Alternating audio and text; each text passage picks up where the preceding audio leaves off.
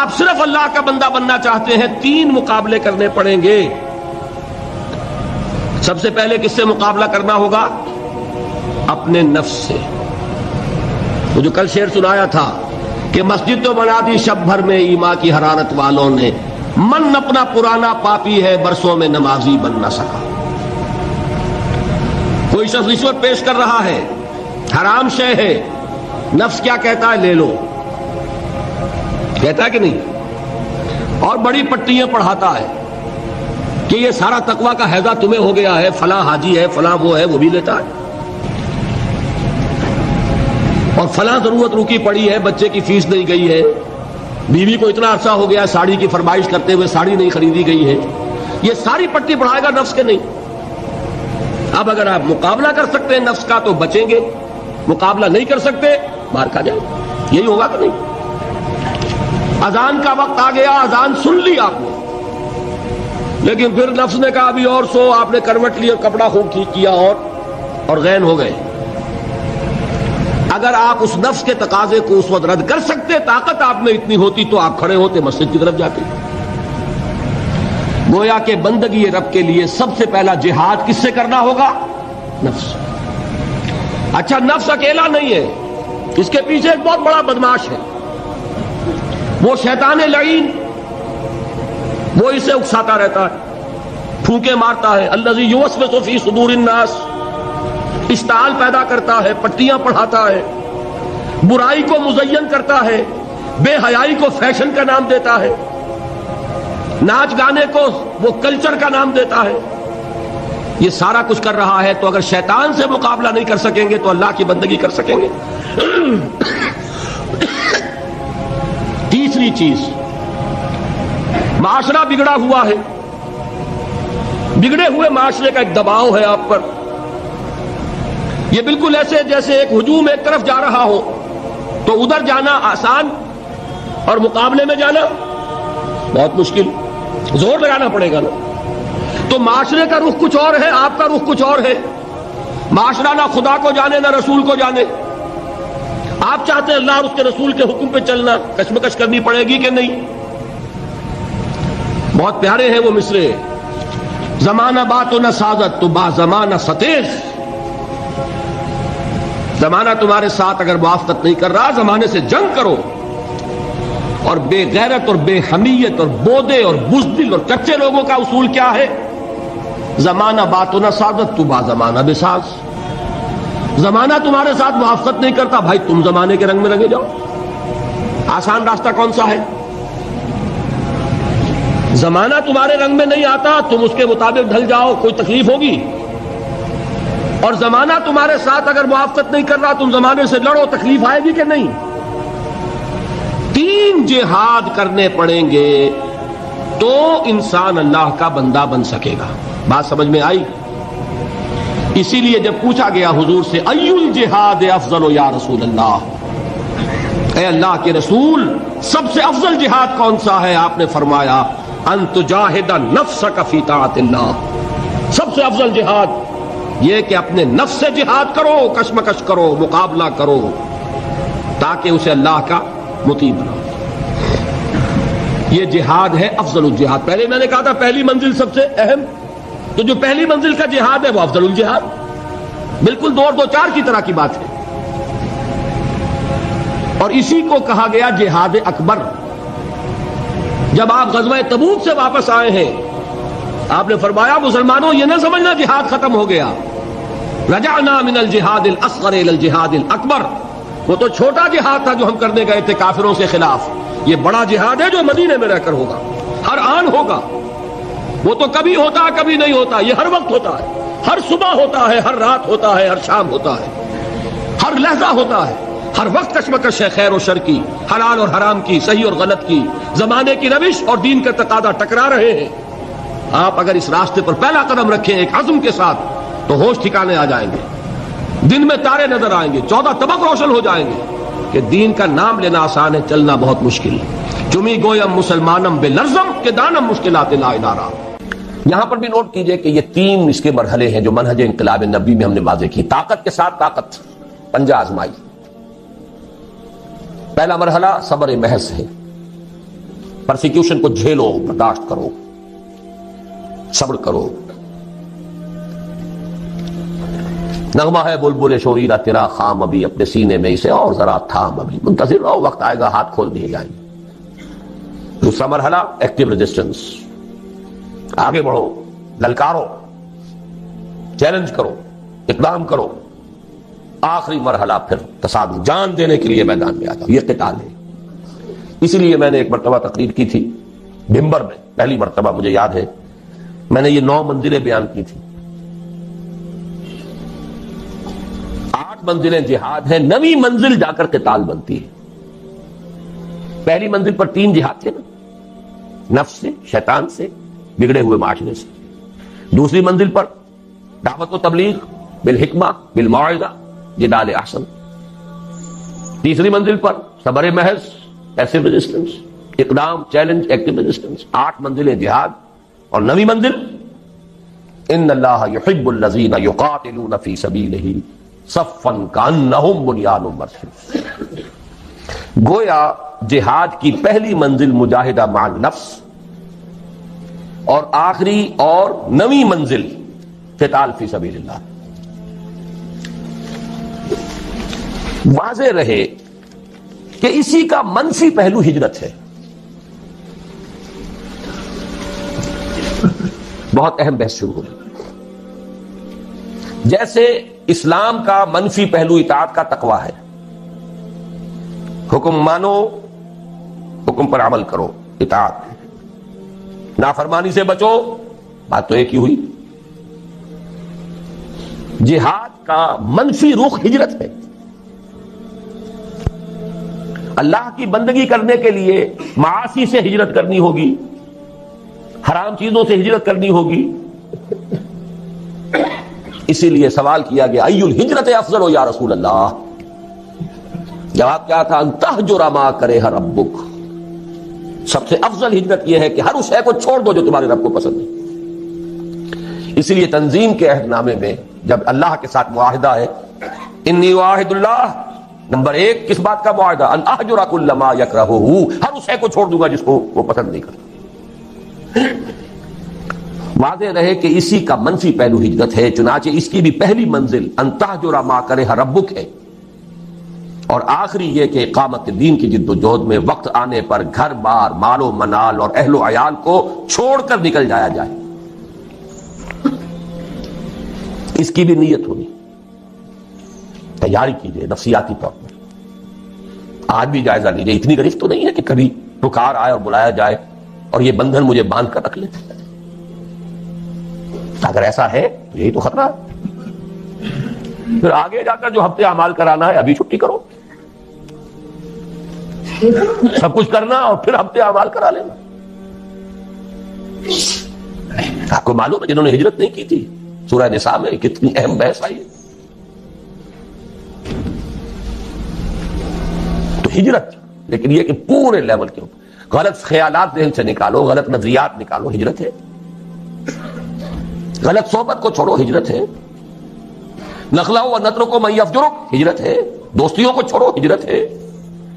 محبتوں کو کاٹو اس تلوار سے، ہجرت ہے. تو جیسے جہاد، جیسے سانس ہے اس کی آمد و شد، آنا اور جانا، اسی طرح جہاد اور ہجرت ہے. کچھ لوگ جو ہے وہ اصطلاحی مفہوم لے کر اور نہ معلوم کہاں سے کہاں، جب نیت میں فتور ہو، کام چوری ہو تو خوہ بدرہ بہانا ہے کسی یار. جہاد اور ہجرت لازم و ملزوم، ایک مثبت ایک منفی، کرنٹ چل ہی نہیں سکتا. ایک پازیٹو وائر ایک نیگیٹو وائر. جہاد کی پہلی 2 منزلوں کے لیے اصل آلہ و ہتھیار قرآن مجید ہے. نفس سے جہاد کریں گے، کس شے سے؟ کیسے ماریں گے نفس کو؟ اس کو پاک کرنا ہے کس سے؟ قرآن سے. یا ایھا الناس قد جاءکم موعظۃ من ربکم وشفاء لما فی الصدور. شیطان سے لڑو گے کس تلوار سے؟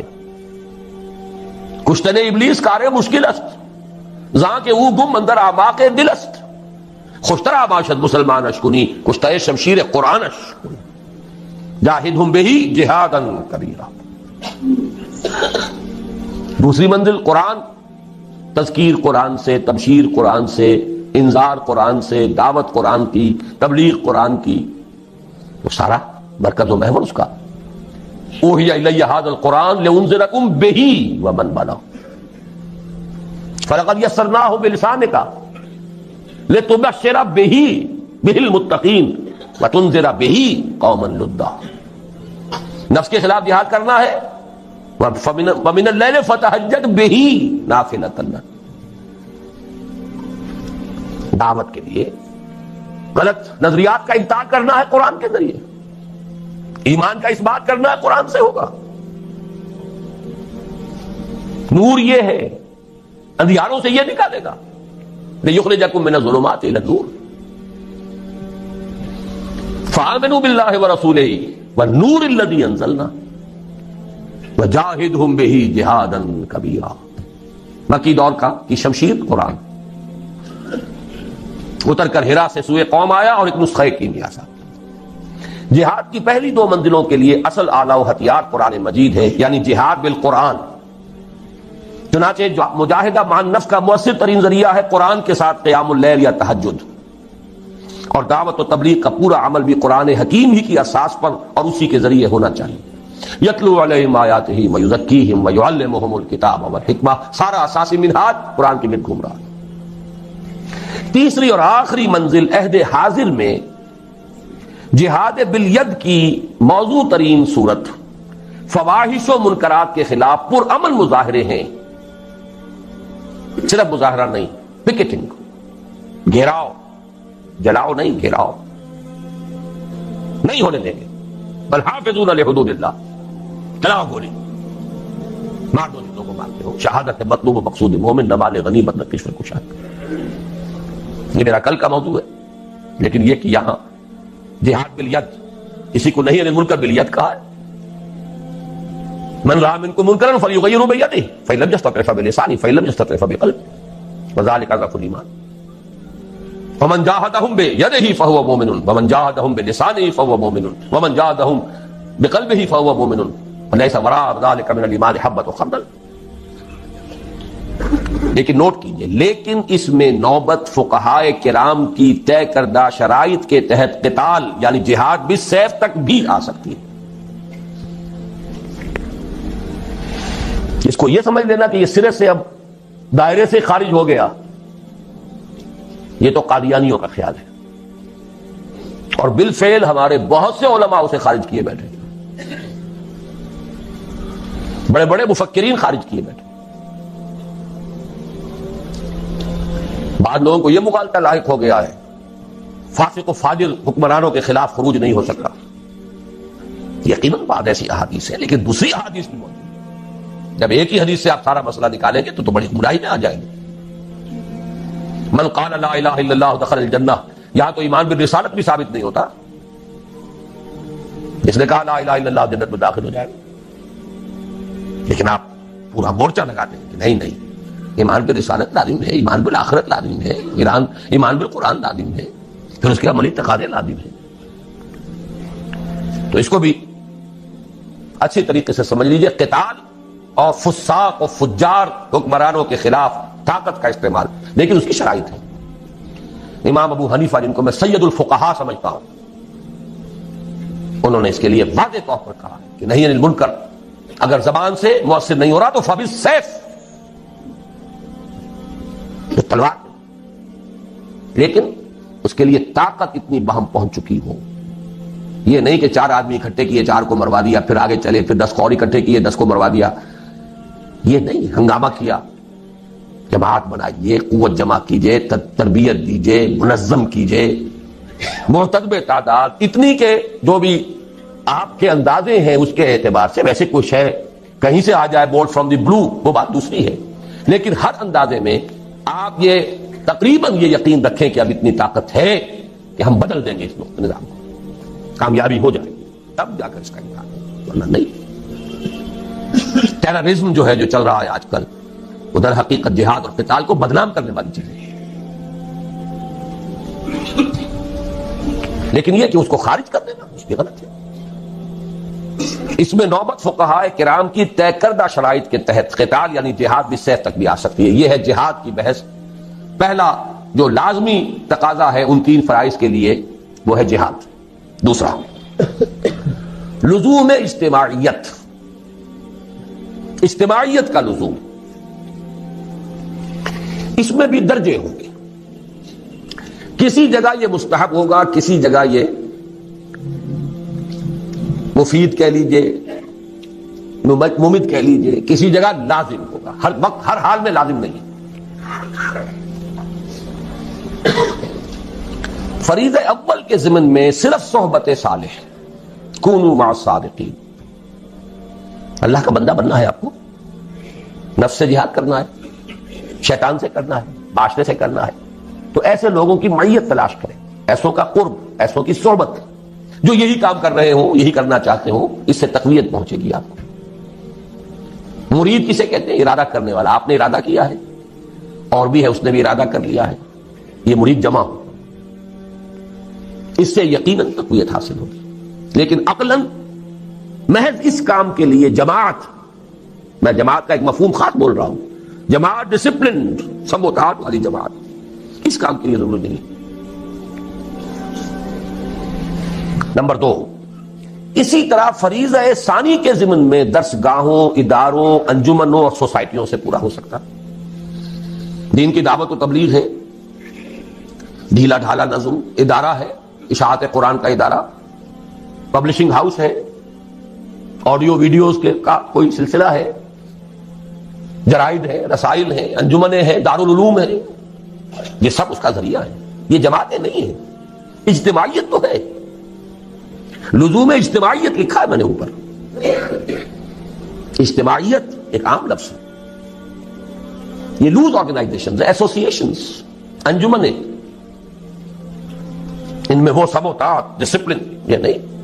ٹھیک ہے، ایک دستور ہے، قانون ہے، اس کے مطابق آپ نے تقسیم کار کر لیے. کوئی صدر ہے، کوئی سیکریٹری ہے، جس کی ٹانگ گھسیٹنی ہو گھسیٹ لیجئے، نو کانفیڈنس لے آئیے اس کے خلاف. جس کو آپ برقرار رکھنا چاہیں رکھیں، جو بھی رکھیں. آپ کا دارالعلوم ہے، اس کا کوئی محتمم ہے. بہرحال ایک نظم تو وہاں ہوگا، لیکن یہ کہ وہ جماعت کا سلسلہ نہیں. لیکن اب ہے اصل شے، فریضہ ثالث کے ضمن میں سم و طاعت فی المعروف کے ٹھیٹھ اسلامی اور عسکری اصول پر مبنی جماعت کے بغیر پورا نہیں. کوئی احمق ہوگا جو سمجھے کہ یہ کام ہو سکتا ہے بغیر اس کے. ٹھیٹھ اسلامی اور عسکری ملٹری ڈسپلن، وہاں آپ کو یہ اختیار نہیں ہے، حق حاصل نہیں ہے کہ آپ اپنے سپیریئر سے یہ پوچھیں کہ یہ حکم آپ کیوں دے رہے ہیں، مجھے کیا حکمت ہے. There's not to reason why, there's but to do it.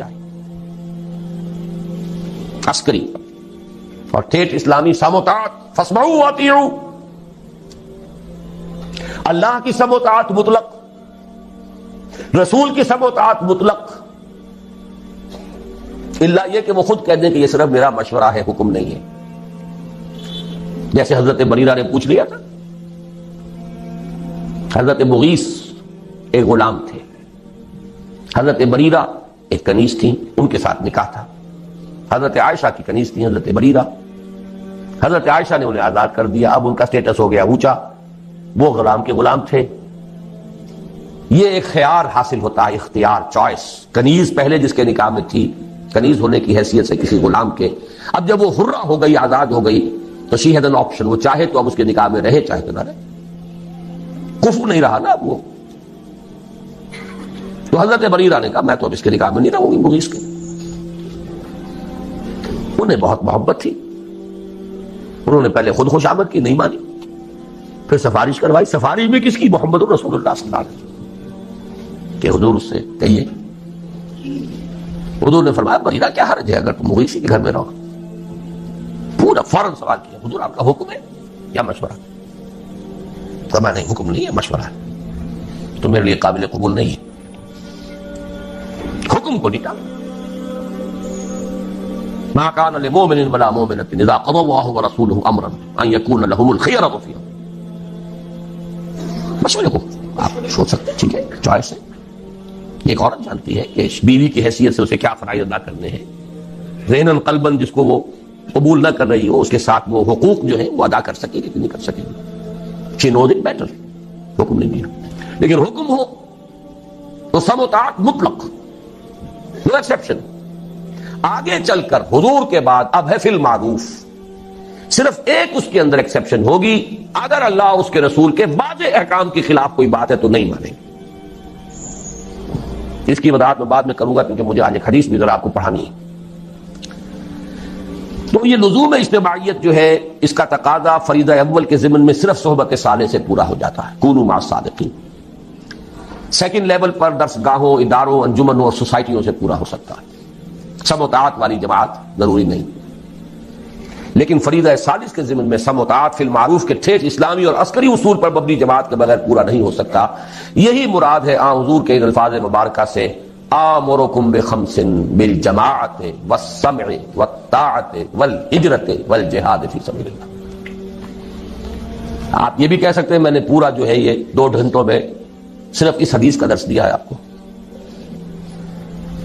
جہاد اور ہجرت جڑے ہوئے بریکٹڈ، سم و طاعت جڑے ہوئے بریکٹڈ، جماعت پلس بریکٹ شروع، سم جمع طاعت بریکٹ بند، جمع بریکٹ شروع، بلکہ ضرب، یہاں جمع نہیں ضرب، بریکٹ شروع جہاد پلس ہجرت بریکٹ بند. اس حدیث کو یوں ذہن میں رکھیے. جماعت کون سی؟ سم و طاعت والی. یہ لازم و ملزوم ہے، بریکٹڈ ہے، سنو اور مانو. یہ کس لیے ہے؟ ضرب دینا ہے اس کو. وہ ہے ہجرت و جہاد. آمرکم بخمس بالجماعت والسمع والطاعت والہجرت والجہاد فی سبیل اللہ. تیسرا لزوم بیعت. تو نماز کے لیے وضو کے لیے پاک پانی. بیعت جو ہے، ایک تو ہے بیع، وہ تو اللہ سے ہوئی، جان و مال اس کے حوالے، جنت حق کے امیدوار ہے. ایک ہے بیعت کسی انسان کے ہاتھ پر. وہ انسان رسول بھی تھے تو انسان تھے، ان کے ساتھ بیعت سم و طاعت مطلقاً. اب آپ کے بعد جو انسان ہے غیر معصوم ہے، چاہے وہ ابو بکر ہو،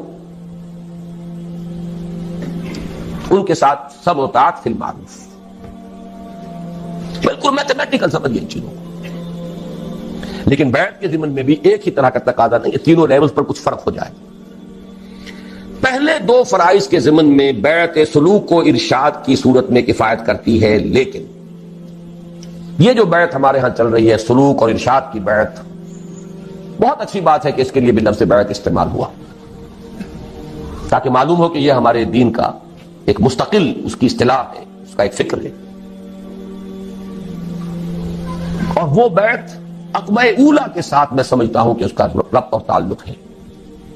بیعت ارشاد، پہلی بیعت حضور نے یہی لی تھی، شرک نہیں کریں گے، چوری نہیں کریں گے، زنا نہیں کریں گے، تہمت نہیں لگائیں گے وغیرہ. اور جس نیک بات کا آپ حکم دیں گے وہاں معروف تھا. یہ پہلا درجہ تھا اس بیعت کا بھی. آج وہ بیعت ادروئے قرآن صرف بیعت النساء ہے. یہ سلوک کی بیعت زنانہ بیعت ہے، یہ مردانہ بیعت نہیں ہے، زنانہ بیعت. غور کر لیجئے اس کو. قرآن حکیم نے وہی الفاظ دیے، حالانکہ سورہ ممتحنہ سن 6-7 میں نازل ہو رہی ہے. بیعت عقبہ اولا سن 10 میں، سن 10 نبوی، ہجرت سے 1.5-2 سال قبل لی جا رہی ہے. ایک فصل ہے 8-9 برس کا، لیکن وہی الفاظ جو بیعت عقبہ اولا کے تھے وہی قرآن میں آئے. بیعت النساء، یہ زنانہ بیعت ہے، مردانہ بیعت نہیں ہے. مردانگی تو چاہیے، وہ میدان میں جب آنا ہے. مردانہ بیعت وہاں درکار ہے، وہ فرض خواتین پر نہیں ہے. زنانہ بیعت لیکن ہے بیعت. اس کے بارے میں ہمارے ہاں وہ جو اہل حدیث مسلک کے لوگ ہیں وہ اس کی نفی کر دیتے، کوئی بیعت نہیں، اس کا کوئی اصول نہیں، کوئی اس کا ثبوت نہیں. غلط بات ہے. بیعت عقبہ اولا بیعت ہی یہی ہے، بیعت النساء بیعت ہی یہی ہے. بیعت ارشاد ہے، وہ بھی صحیح ہے، حق ہے. لیکن وہ بیعت جو مردوں سے مطلوب ہے وہ کچھ اور ہے. اگر یک قطرہ خونداری اگر مشتے پرے داری بے ابا من تو آموزم طریق شاہ بازی راہ. مردانگی اس کے لیے بیعت جو ہے وہ ہے نمبر 3. فریضہ سادس کے ضمن میں بیعت سموتات فی المعروف کی صورت لازمی و لابدی. اب میرے پاس اور الفاظ نہیں ہے جس کو میں تاکید کیسے دوں, کیسے کروں. لازمی ہے, لابدی ہے, کوئی اس سے رستگاری نہیں. یا تو کہیے کہ وہ فرض ہے ہی نہیں, ٹھیک ہے چھٹی ہو گئی. جس گاؤں جانا نہیں اس کا راستہ کائے کو پوچھنا. اگر مانتے ہیں کہ وہ فرض ہے, بلند ترین منزل کے لیے جد و جہد فرض, تو کوئی پاگل ہوگا, احمق ہوگا, ڈھیٹ ہوگا جو اس کے لزوم کا انکار کرے. فریضہ سادس کے ضمن میں بیعت سموتات فی المعروف کی صورت لازمی اور لابدی. اسی کی جانب اشارہ ہے مسلم شریف کی روایت عن عبداللہ ابن عمر رضی اللہ تعالی عنہما میں, جس میں حضور صلی اللہ علیہ وسلم کے الفاظ مبارکہ وارد ہوئے ہیں کہ من مات ولیس فی عنقہ بیعۃ مات میتۃ جاہلیۃ. جو شخص مرا اس حال میں کہ اس کی گردن میں بیعت کا قلادہ نہیں تھا, وہ جاہلیت کی موت مرا ہے, ایمان اور اسلام کی موت نہیں مرا ہے. جو لوگ اس بیعت کے ارشاد کو سمجھ لیتے ہیں کہ یہ تقاضا پورا ہو رہا ہے, وہ اپنے آپ کو دھوکہ دے رہے ہیں. یہ دوسری بیعت کا تذکرہ ہے. اس حدیث کے بارے میں بھی میرے جو الفاظ تھے اوریجنل ان میں میں نے تھوڑا سا اضافہ کیا. اس پر اصل میں مجھے متنبہ کیا تھا مولانا سید حامد میاں رحمۃ اللہ علیہ نے, جو ہمارے مستشارین میں سے تھے تنظیم کے.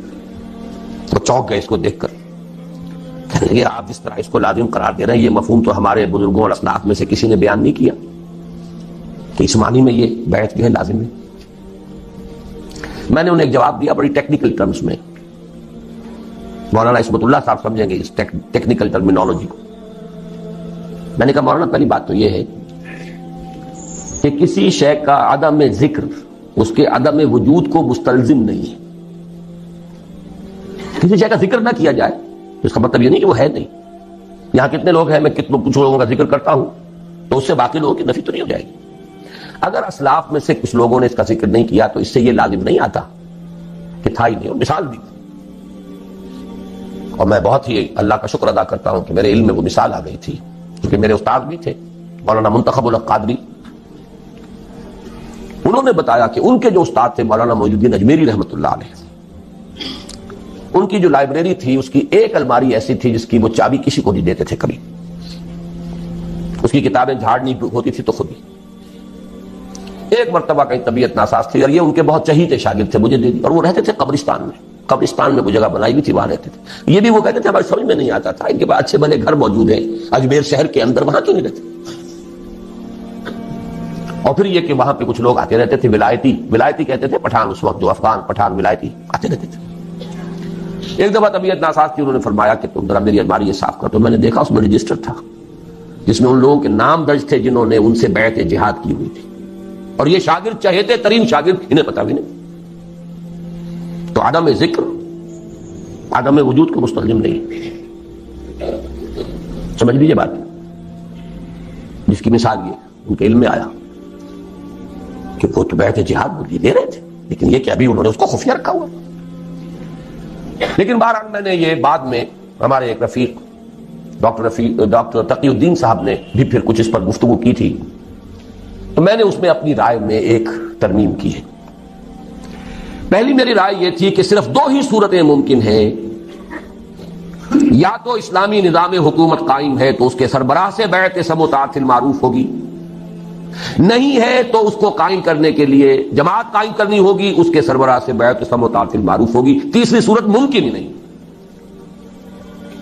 تو جیسے میں نے اب استثناء قائم کیا ہے اس میں کہ علم اور عمل کے درمیان فصل بھی ہو سکتا ہے, ایک شخص مفلوج ہو سکتا ہے نفسیاتی اعتبار سے, اللہ جانتا ہے لا یکلف اللہ نفسا الا وسعها, وہ حساب لے لینا. قاعدہ کلیہ نہیں ٹوٹے گا نارمل آدمی کے لیے. وہی بات ہے کہ علم اور نظریہ اور فکر اور ادھر عمل اور رویہ اور کردار لازم و ملزوم نہیں. اسی طرح اب میں نے یہاں پہ لفظ لکھا ہے اس لیے کہ نارمل حالات تو 2 ہی صورتیں ممکن ہیں. ایک لفظ کا اضافہ کیا, نارمل حالات, جیسے وہ نارمل انسان بمقابلہ مریض انسان, نارمل حالات بمقابلہ فتنہ شدید، یہ ابھی آگے آ جائے گا۔ اس لیے کہ نارمل حالات میں تو دو ہی صورتیں ممکن ہیں۔ نمبر ایک، اگر کم سے کم شرائط و معیارات پر اترنے والا صحیح اسلامی نظام حکومت قائم ہے تو اس کے سربراہ سے بیعت سموتات فی المعروف،